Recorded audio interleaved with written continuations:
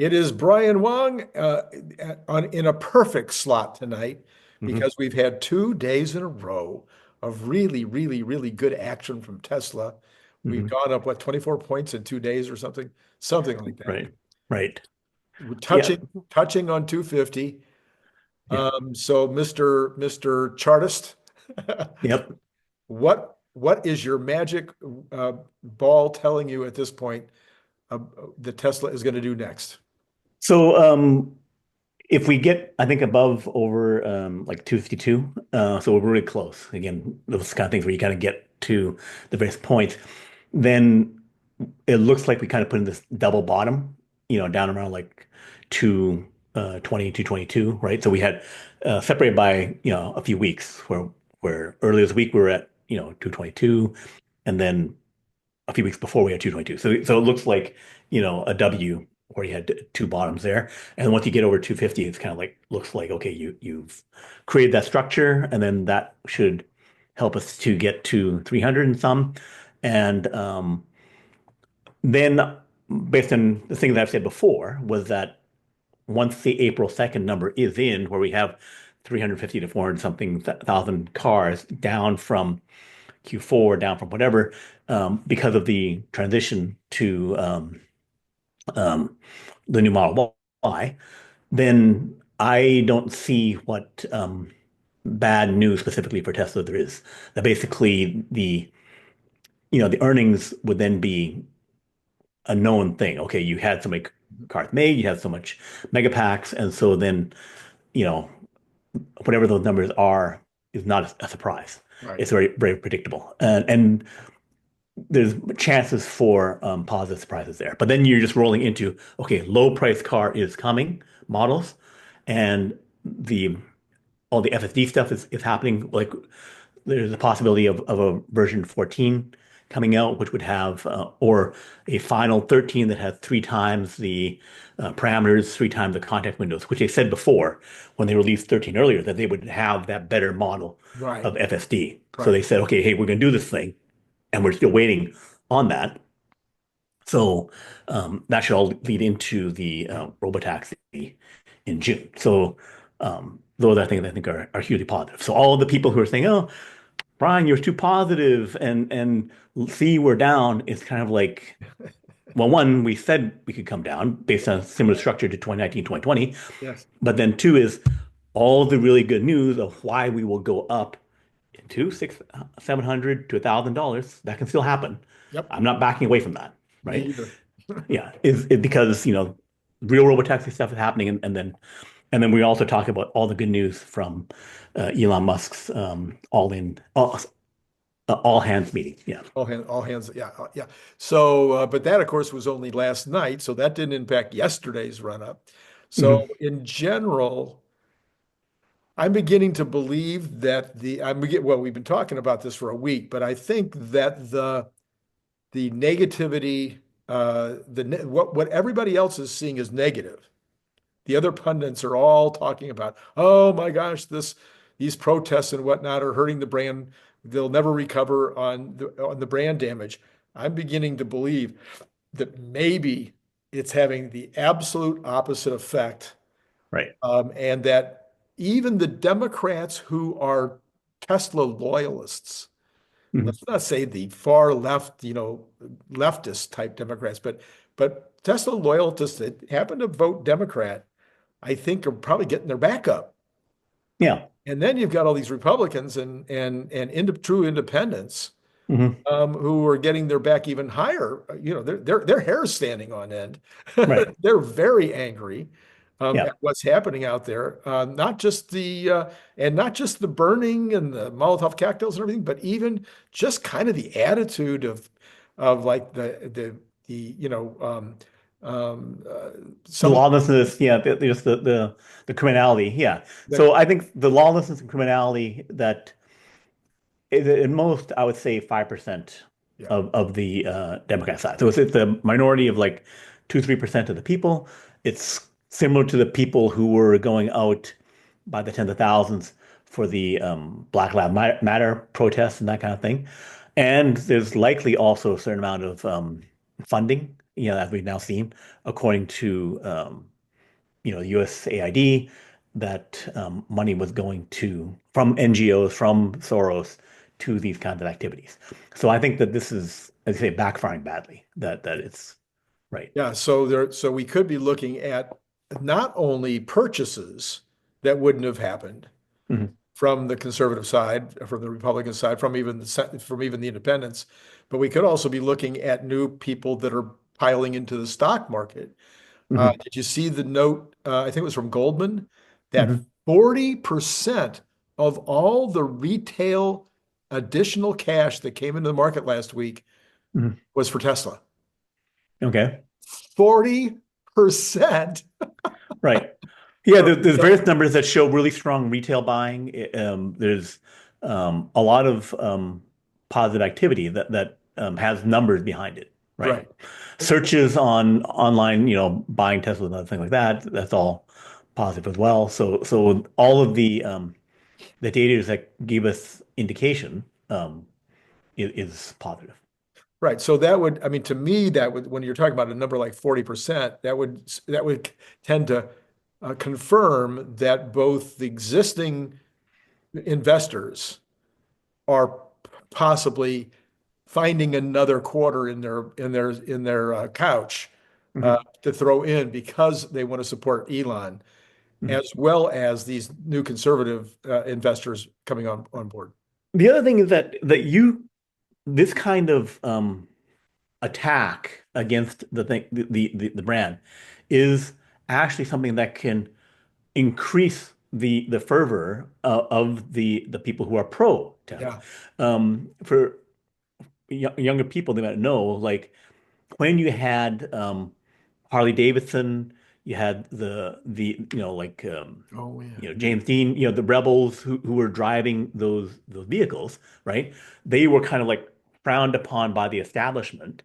And then the ones who were doing that, freedom and all that kind of stuff, it would associate um, that we're against this other thing. So it actually forces more loyalty upon it, which is, I think, a similar effect that happened in the election where, um, trying to put conservatives in jail, the lawfare increased the support, it strengthened support Right. for it. So this is, again, it's like no lessons were learned, and they're just doing this other things in order to, like, thinking that, oh yeah, we're going to do this thing, and then not like, like the Civil War North South is kind of like, the side did not get, I didn't like make the one side, abandon its position. If, Yeah. you actually had to, you know, militarily defeat them, but, the sides became more polarized and, Right. and more entrenched. Yeah.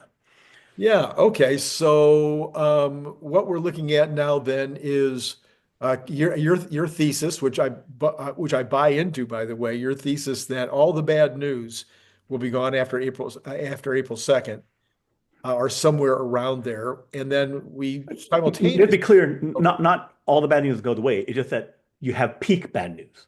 No peak. more new bad news comes out. Okay. I agree. Yeah, I agree. Yeah. yeah, Okay. yeah. I understand. So the other thing that goes away theoretically on April 2nd is the tariff bad news. So Mhm. not to say that there won't still be negotiations taking place after April 2nd, but we heard today that a lot of the countries are already coming to the White House and saying, okay, okay, okay, we'll talk now. We're not even going to wait till April 2nd. Right, right. Yeah, so that's what the plan for these things is to get equal tariffs on all sides, the reciprocal. So if you're at 150% like India was, then if you just say, okay, if I leave it there, I will not sell that product that I'm protecting into the United States, which is Right, the biggest market, right? right, So if I want to sell to the United States, the biggest consumers in the world, then I have to have a different thing. So it forces the choice upon them of like, do I right. protect my internal market or do I go for the other market? And I can't have both. Or if I need to have some kind of balance, I need to say, okay, I protect it as much as I can feel appropriate compared to what the US is doing. Yeah. Yeah. All right. So then April 2nd, we could not only see, as we approach April 2nd, we could not only see a beginning of a no new bad news environment for Tesla, but also maybe for the economy as well. If we get the tariff thing out of the way. And Besant, I know you haven't seen the video yet, but Besant says in his video that he is having to resist the Republican Congress. Here, I'm thinking that the Republican Congress is trying to, hold back on cutting government because they're worried about their district or whatever. And Besant says, no, it's the opposite. He says they are coming to me trying to force me to cut government faster. And he's saying if we do that, we risk a recession. So no, we got to keep the Republicans at bay because we only really want to take about 1% out of the economy. Right. One part of the overall economy, which the overall economy is 28 trillion Right. GDP. So basically, you're looking at 280, $300 billion for 1%. So it's a big amount. Yeah, Yeah. so it's a big amount, but yet it doesn't put us into recession, assuming, and of course the opposite side is as you take that out, as you Hmm. lower the cost of energy, as you take out regulation, as you make all these deals around the world. So today, Trump announced that he had another 1.5 trillion from one, UAE, yeah, 1.4 trillion, 1 trillion. Yeah, so that the UAE investment is stated is over 10 years. right, They would invest in AI infrastructure, um, semiconductors, right, energy, right, which is basically saying they're going to invest in AI. Because it yeah, says AI data centers, you have the AI data centers, the chips, the energy, and then data, right? So you can't really invest in data so much. But then those other three are basically all um, for that part. So it's a UAE saying, okay, that's the future. We totally believe what Sam Altman and the other people have come over to tell us. So we will invest in that. We think that investing in the United States in that. So it's a good move for the UAE. If you spread that out, assuming it was equal amounts, right, so $140 billion a year for 10 years. right. So to put that in context, the amount of AI chip and data center spending has been about 300 to $400 billion a year last year and this year. So so those adding 140 billion would be another 30% if Right. it happens this year. So it's a significant number, and it goes to my belief that we're going to see over $1 trillion worth of AI spending. That the people who are saying that we're going to slow down, that the bubble, are wrong. Well, That Jensen mirrored you. He echoed you yeah, yeah. yesterday and said, "No, we're not looking at a half a trillion a year. We're looking at a trillion a year." Right, right.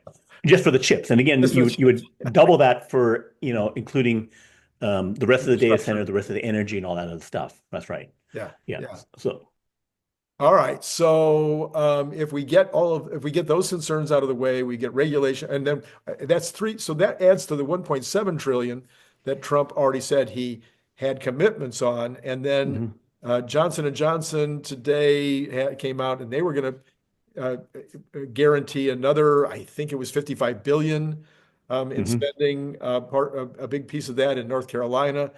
mhm. And then later in the day, there was another, I forget who it was now, there was another one. So, I mean, I don't know whether these people are coming to Trump or whether Trump is going to them, but one after another, we're getting these very large, I guess it was the thing I mentioned earlier, which was the Taiwan saying they were going to do which that's a big decision. That's a big pipeline. Right. Semiconductor fab and stuff like that for No, no, no. Taiwan. The Taiwan was going to do the natural gas Oh, from natural gas. Alaska. Oh, Oh, I did. okay. That's right. I was talking to Larry about that. Yeah. So Taiwan said, no, we're going to buy, I forget, a lot. I don't Mhm. remember the dollar, and that's odd for me. I usually remember the numbers. Yeah. But anyway, a big, big Yeah. amount of natural gas from Alaska. I guarantee. Right. Signed a contract. Okay. Okay. So natural gas is the main thing that can be activated the most quickly for this rapid scale out of AI energy. Right. So it's the one that can come up the fastest. Next, it would be, I guess, maybe solar and battery, and then nuclear. But nuclear takes some time to get up. But the natural gas and then solar and battery are the main source, but far more natural gas because you can like that's what um, XAI is doing in Memphis. They're going to get like a gigawatt Right, of that right. power this Exactly. year. Yeah. Right. Yeah. And then some of the cynics are saying that Taiwan is figuring if they are buying billions and billions of dollars in natural gas from the United States, it might cause the United States to be even more interested in protecting them. Well, one for people don't know that I've said that there's no way that the U.S. does not protect Taiwan.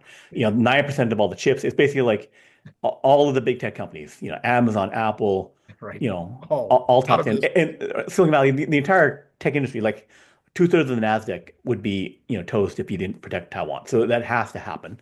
And then Taiwan investing in so chips, energy, the natural gas part, that's all for this AI future. Like this AI boom is going to trillions of dollars. And those numbers, $140 billion here, another $5 billion there, that's totally offsetting the government cuts. So we're going to cut the government slowdown. It's like if you get, you know, twice as much investment in, like, $700 billion in 1 year, then if you pull out $300 billion of government spending, you're getting a higher quality of spending into the economy. So, So I'm hoping to talk with you more about this on on our science conversations later this week, probably, or into next week. Have you had a chance to look at that new jet? the new jet. Oh, oh, see, I'm Uh, breaking news from Brian here. okay. Wow. Yeah. There was an announcement today. Trump announced today that the U.S. government or the Boeing has a new jet, Okay. a new fighter jet that is stealthy, blah blah blah, et cetera, et cetera. According to Trump, it is by far the best fighter jet in the world. It will run circles around all of the competition, and Okay. Okay. they've been testing it for 5 years. Right, right, right. Okay, so this is the what was it the 5G fighter? So let me think. It's the one after the F-35. Okay. So so they've been working on prototypes of those.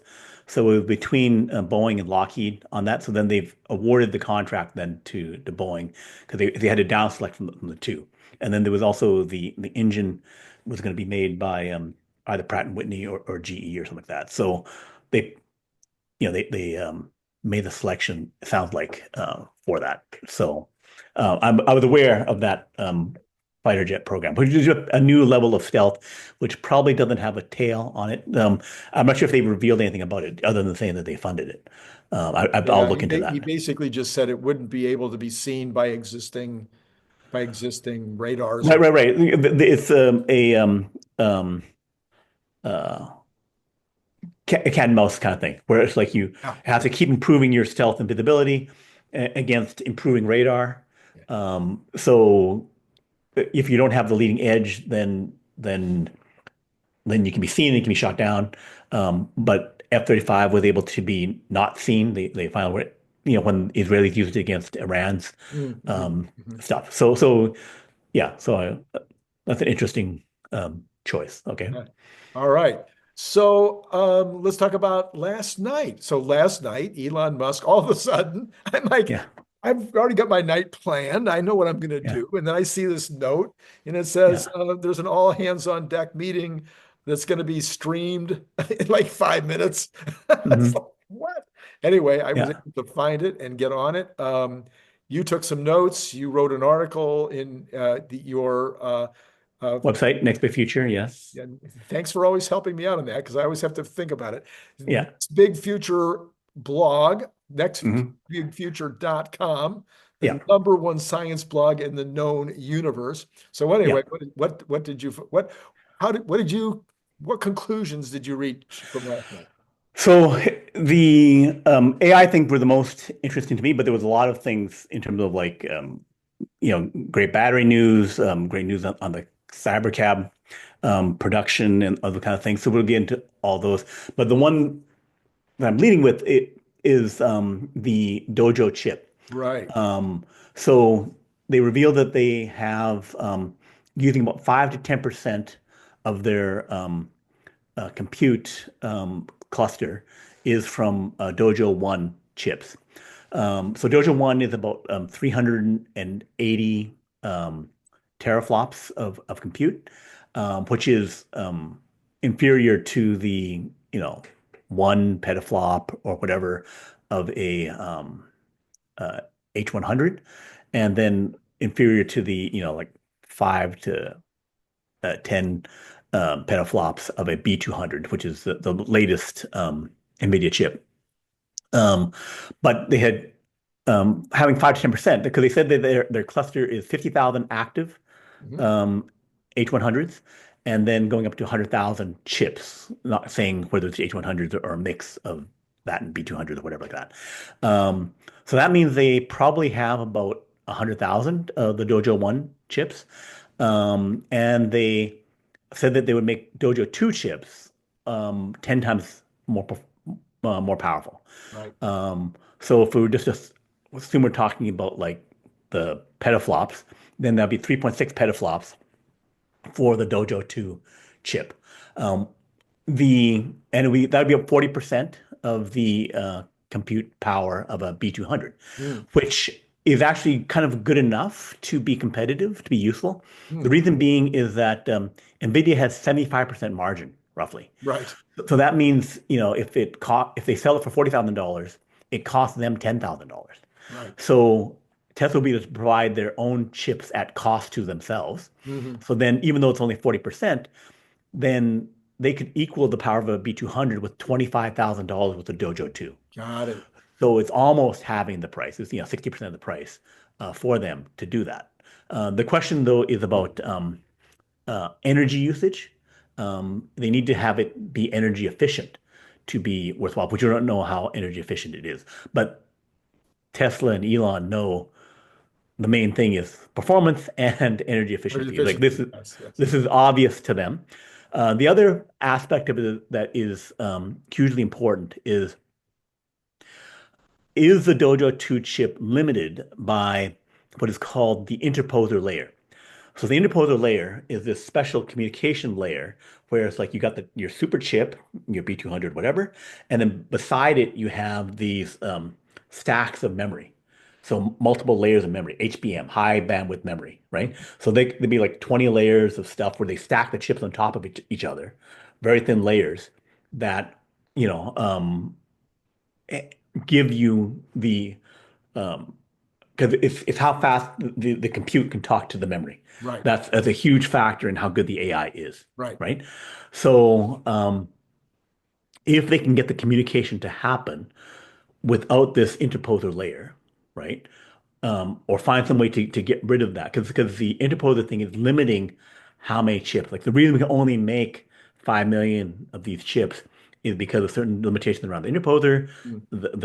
the high bandwidth memory, and the other stuff. So because this AI future is something where we're going to have 10 times, 100 times, 1,000 times more chips, right? That's what I see happening.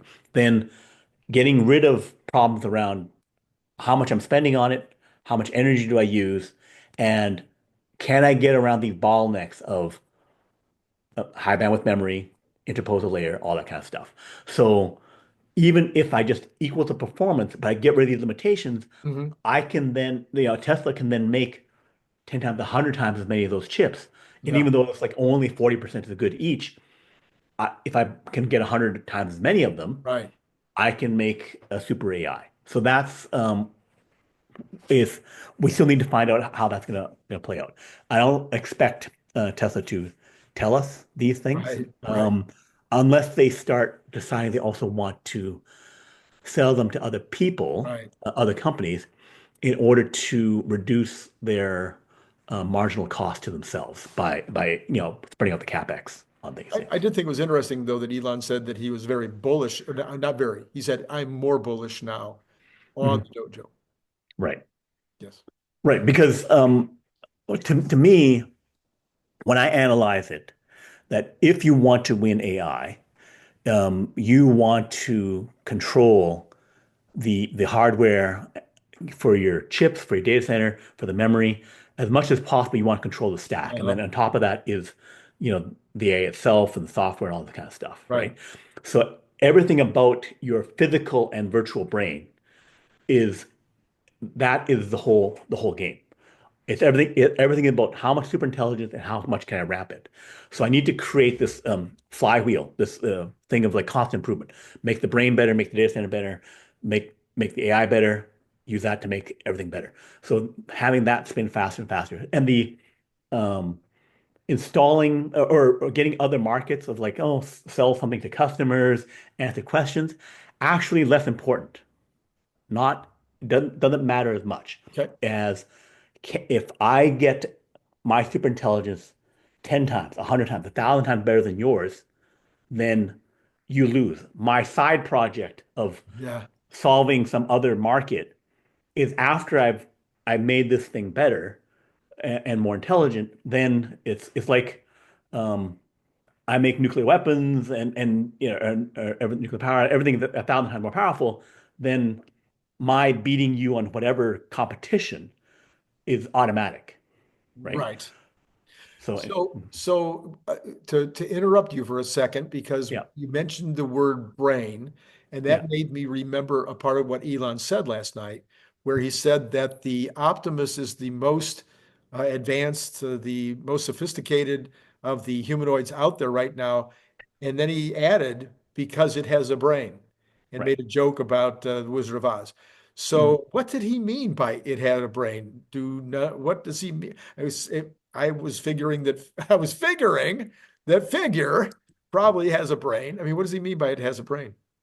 Um, it's the quality of the hardware and software for it. It's like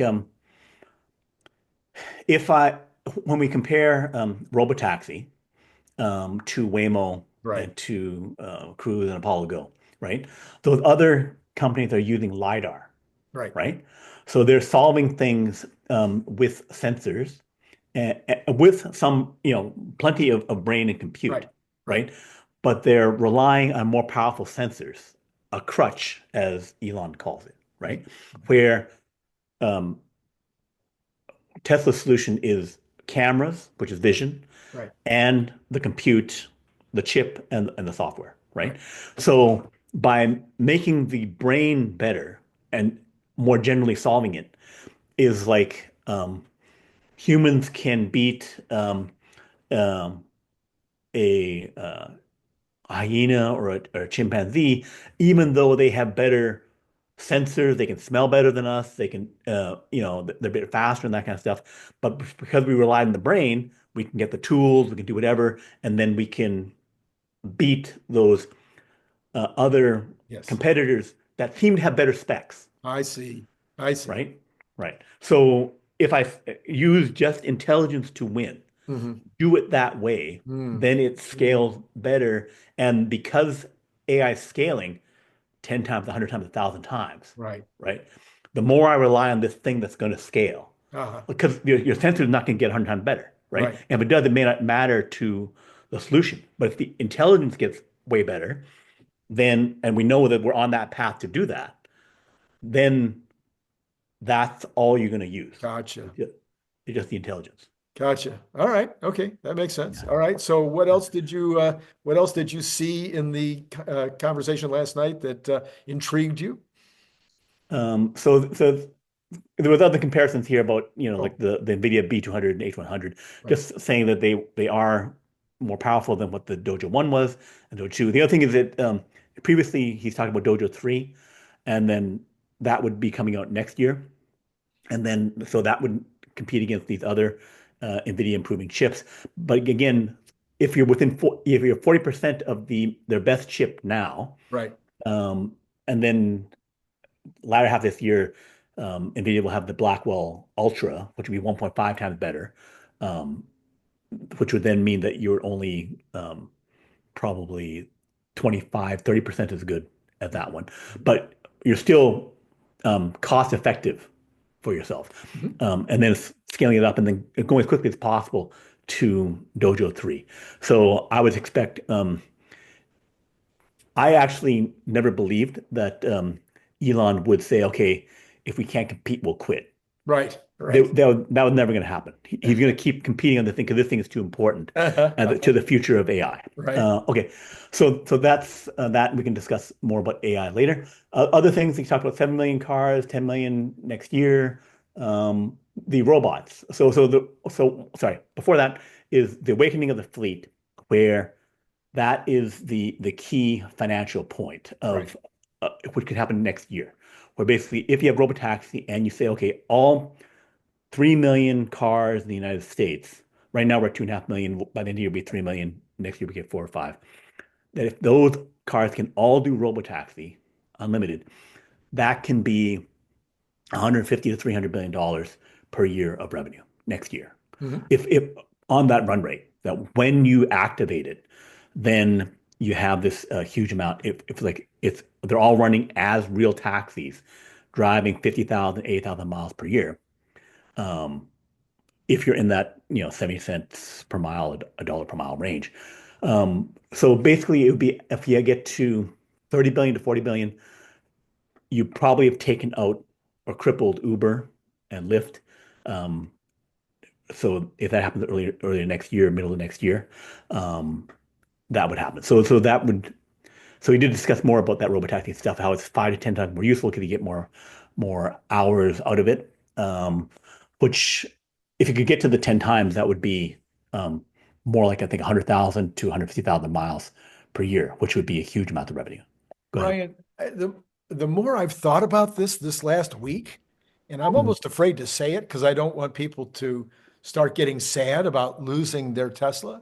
mhm, But the more I think about it, and I'm going to, count on the fact that you have a bigger brain than I do, mhm, um, I don't know how robotaxis don't push personal use completely out the door.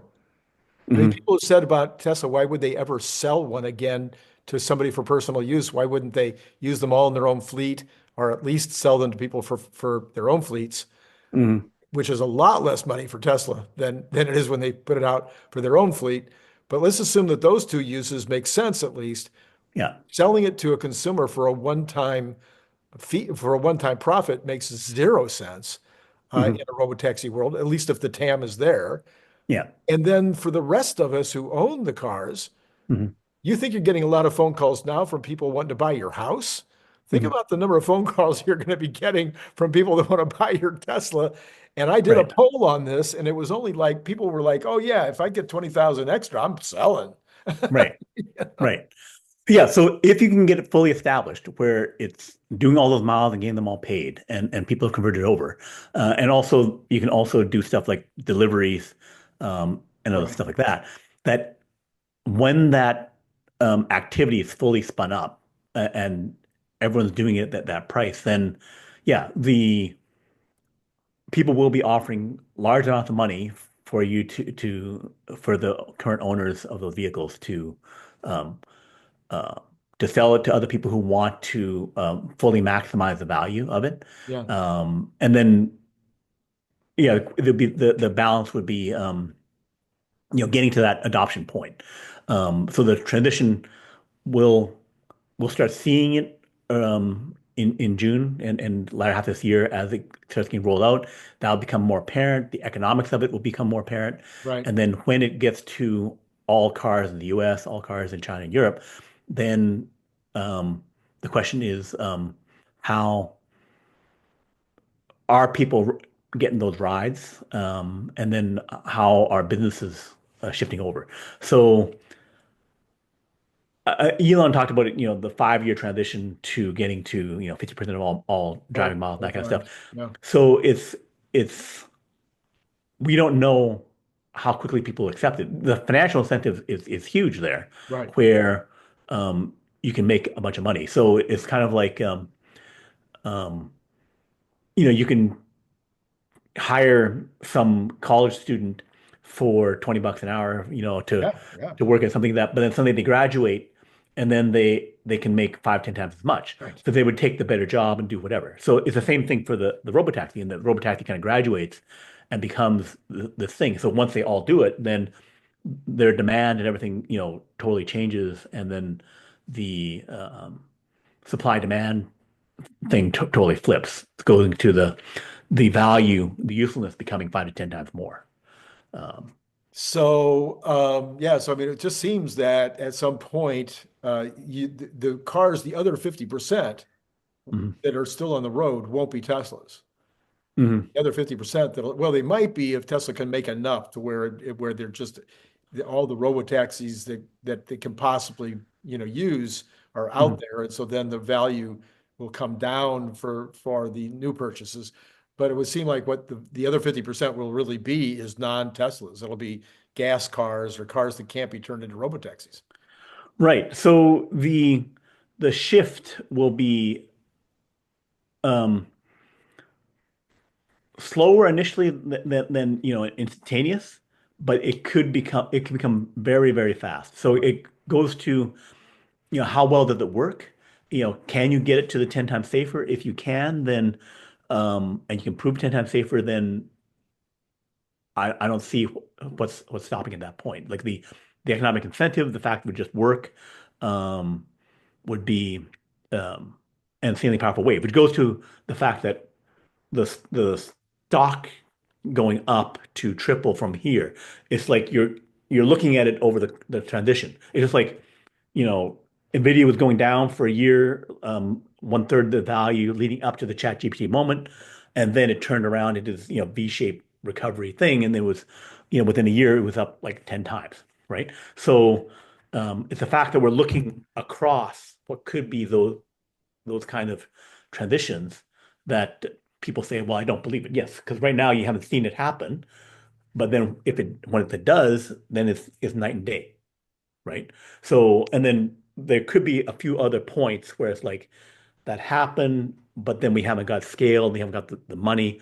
There'd be some level of denial, but Right. it would be harder and harder to Yeah. deny it. Did And you? we've already, as you mentioned before, that we've seen these kind of the pushes up to 400 3 years ago, 3 years ago, Yes. and the push up to 488 was basically um, foreshadowing the belief that, hey, we've solved it. Yeah, it was FOMO. It Yeah, was FOMO over Robotaxi. Absolutely. right. So the other time that I thought of you during the Mhm. call last night, and I talked to Larry about this a little while ago, and Larry and I had a different understanding of what happened, and so we'll find out. You'll have the facts, I'm sure. Mhm. It has to do with your subject that you are the expert on above everybody else, and that is semi trucks. So I Right. heard him say millions of semi trucks. Larry said a million. I think he said millions. What did you hear? I heard plural millions, Total yes, millions, yeah. but then they did not associate that to To a year a time. year, a year of time, right? But it is something that once you have semi trucks and then you have robo taxi, then you pretty much have robo trucks. Right. So the robo truck value is something that is Huge. insanely valuable because you're taking out the cost of the driver, and the cost of the truck driver is far more than the cost of the taxi driver, Right. and also the fact that I can increase the usage Right. by 4x because I can drive 160 hours a week. Right. Um, that means that the value of the semi truck should really be on the order of $1 million instead of 200,000. That goes to that 5x increase. So the insane value of it would mean that all the companies would be lining up to use Yeah. not just companies, countries. Yeah. So the United States saying, okay, we want to convert to robo trucking as fast as possible. Right. Once that pretty much, by Q1, Q2 next year, it would be like, how fast can I make the trucks? How fast can I convert over to robotic trucking? Because then that would be like a um, 10% um, uh, tax reduction on all goods and services. Right. Because you would, At a minimum. at a minimum, right, right. So that would be a huge tax cut for everyone. So then making the investment to help get the factory and supply chain converted over, you know, people could say, oh, well, Trump administration is doing it for um, Elon and Tesla. It's like, no, it's to get everyone Economy. a tax break to get the economy, 50%, twice as big. So shortening that transition to only a few years. Um, so the question would just be how fast with government support, because again, it's like this would be one of the best investments because if you can convert it over, it's like if I can drive nonstop with my Robo truck Mhm. from Florida to California, I can do a ground delivery in just over a day, like 36 hours. If I have the trucks on more dedicated lanes, Yeah. then I could increase the speed up to Audubon speed, 150 miles per hour. Then I can cross the United States in like 20 hours, right? Wow. Yeah. So, so so what's stopping you from doing that? You need to have the mega charging infrastructure. Mhm. You need to increase the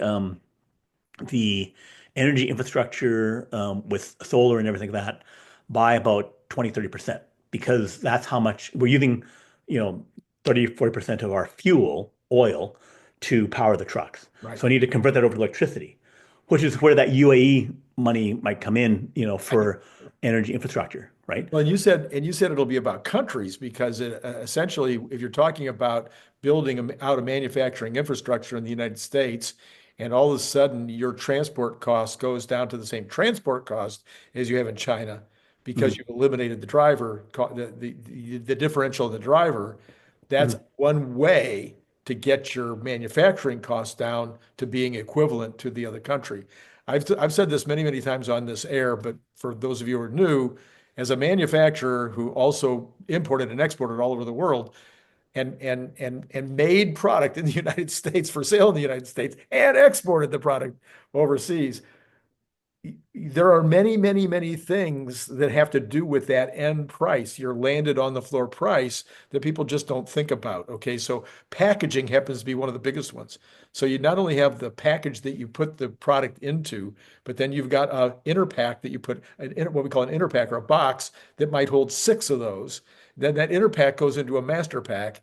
And every piece of that packaging that I just mentioned is cheaper in China by a lot than it is in the United States. So your packaging cost becomes a significant thing. Now you put that into a truck or a train, and you want to transport it across your country in order to get it to a port or get it to a distribution center or whatever. If your transport cost is double the cost of what it is in China, which it probably is, it makes a huge difference in your landed cost to the customer. So anyway, that's just a few of the things. It goes on, but those are some of the things that you deal with as a competitor in international business. So every corridor where you can operate your electric trucks at volume, right? So then you need to have these super electric charging truck stops, right? So if you're like, okay, I'm going to do each highway every 200 miles, or actually the range on those things with 1,000 kilometers probably can be um, 500 up to 500, 600 miles, right? So then every 300, 400 miles, you'd want to have trucks up. So if you're going cross country, you'd have like 10 of them, and then you'd have to have a massive power plant with each one because of the how many trucks would be going through, right? But if you could do that, then that highway becomes like high-speed rail because I can go up to 120, 150 miles per hour with this thing and and deliver super low cost because the cost would be, three times less than normal trucking getting toward the level of rail. So Yep. all those things of like, California trying to build high speed rail for passengers Right. is it's more for the goods that we can then move them across. And then, um, so then every corridor, like if I had one major set of charging stations, or make several because how much area they need to have, that would then let you complete the San Francisco to Los Angeles corridor with one major stop So, zone yeah. that would have all this power, recharge once and then get there. And then you could have, if you can get the speed up to like safely to 140, 150 miles per hour, a 3 hour drive from San Francisco to LA constantly with trucks. And then if you have robotaxi at either end, then again, you transform, all you need is that charging thing in between. and have this software working, and then all this transportation, all this movement of goods becomes way more efficient. I don't have to, oh, I have to make the drive, I have to make the flight. No, I'm just like as a passenger hopping on, and the cost would be like trivial, and I'm robotaxing on either end with that. So the transformation to this hyper efficient thing, you choose, okay, this corridor, LA to San Francisco, the East Coast corridor, Boston, New York, DC, that corridor of high traffic, you'd solve those first, where all these things are like, oh, we don't have the Amtrak, don't this and that. It's like trucks, e-buses, robo taxis, along each of the main um, goods corridors, and where I'm moving stuff between factories. So again, the next leveling of infrastructure would be you'd have to spend on it. So that would go to, once Tesla solves it, then one of the biggest customers will be the United States government, as well as China, Europe. Any country that's not doing it is like your infrastructure is 3 times, 4 times worse, 10 times worse than what it should be. Right. So Holy mackerel. Yeah. So it seemed to me like there was something else about the semi truck that was interesting besides just the total numbers. Did he mention anything else? I thought there was something else about the semi trucks, but maybe let me quickly share this thing because I had some the notes. So Cortex 50,000 to 100,000, the 5,000, 6,000 Optimus bots, twice the many parts. The cell manufacturing 4680 lowest cost cell per kilowatt hour. They already built the first Optimus in the production line in Fremont. right. That was Um, huge. Tesla self-driving will be 10 times better than human driving. 22 or the freedom, must get human to robot brain. Gigacasting the 50,000 tons. Cybercab coming off the line in every 5 seconds instead of every 35 seconds in Shanghai. That was So that, yeah, that's huge. Brian, what I need to do, and yeah, I hope you have time to do this. yeah, But we already have another. This is the Friday night show yeah, that I think we should pause on. yeah, We've gone 45 minutes. If you have time, I know we already have a second show planned for the weekend. yeah, And right. maybe I don't know how much time you have, but maybe we could pick it up and do yet a third show for this weekend where we would cover some of these other subjects that were at the thing last night because you were just going down the list Yeah, and none of them had any color. right, And you and I can add a lot of color to a lot more of those things. So right. maybe we can pick it up and do three shows in. Yes. uh, all It, right. it was it was a very rich and very one nugget after another. I It just mean, the fact that they're talking about doing a car every 5 seconds, this is yeah, nuts. Okay, yeah. Brian, we'll say goodnight. Say goodnight, Brian. Good night. No, you're Good night, supposed to say Brian. goodnight, Brian. Good Yeah. night, Brian. Yes, yes, yes. Yeah, all right. And to all of Yeah. you out there, as always, it's been great talking to you.